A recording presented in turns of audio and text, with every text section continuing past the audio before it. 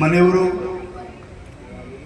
ಇಲ್ಲಿ ನೆರೆದಿರ್ತಕ್ಕಂಥ ಕಲಾಭಿಮಾನಿಗಳು, ತಾಯಿ ತಂದೆಗಳು, ಗುರು ಹಿರಿಯರು, ನಿಮ್ಗಳೆಲ್ಲರ ಪಾದಕ್ಕೂ ಮಳವಳ್ಳಿ ಮಹಾದೇವ ಸ್ವಾಮಿಯ ಶರಣು ಶರಣು ಶರಣಾರ್ಥಿ ನನ್ನ ತಿಳಿಸ್ತಾ ಇದ್ದೀನಿ.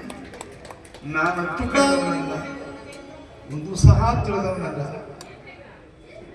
18 ವಿದ್ಯೆಗಳನ್ನು ತಿಳಿದಿರ್ತಕ್ಕಂಥ ಮಾನ್ಯರ ಪಾದಕ್ಕೆ ಮತ್ತೆ ಇನ್ನೊಂದ್ಸಲ ಶರಣು.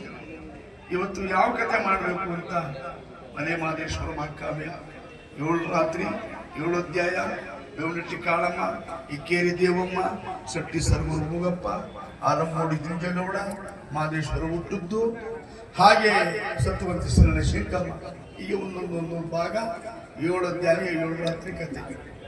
ಅದು ಬಿಟ್ರೆ ಇನ್ನು ಸಿದ್ದಪ್ಪಾಜಿಯವರ ಪವಾಡ, ಅವರು ಕಲ್ಯಾಣಪುರದಿಂದ ಬಸವಣ್ಣವ್ರ ಸಂದರ್ಭಕ್ಕೆ ಹೋದದ್ದು, ಮಾರಾಣಿಗೆ ಹೋಗಿ ಕೆಂಪಾಚಾರ್ಯ ಮನೆಯನ್ನು ಕರ್ಕೊಂಡ್ಬಂದದ್ದು, ಹಲಗೂರು ಪವಾಡ ಗೆದ್ದು ಅವರೆಲ್ಲರೂ ಐಕ್ಯವಾದದ್ದು.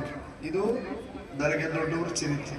ಇನ್ನು ಮೈದಾಳ ರಾಮನ ಕಥೆ, ಚೆನ್ನಿಗರಾಮನ ಕಥೆ, ಬುತ್ತರೆ ಮಲ್ಲಿಕಾರ್ಜುನ ಕಥೆ, ತಿರುಪತಿ ತಿಮ್ಮಪ್ಪನ ಕಥೆ, ಚುಂಚನಗಿರಿ ಭೈರವನ ಕಥೆ, ಹಾಗೆ ನಂಜುಂಡೇಶ್ವರ ಚಾಮುಂಡೇಶ್ವರ ಕಥೆ, ರಾಜ ಸತ್ಯವ್ರತ, ರಾಜ ವಿಕ್ರಮ, ಪಿರಿಯಪಟ್ಟಣ ಕಾಳಗ, ನಿಂಗರಾಜಮ್ಮನ ಕಥೆ, ಇಂಥ ಜನಪದ ಕಥೆಗಳು ಸುಮಾರು ಕಥೆಗಳಿವೆ.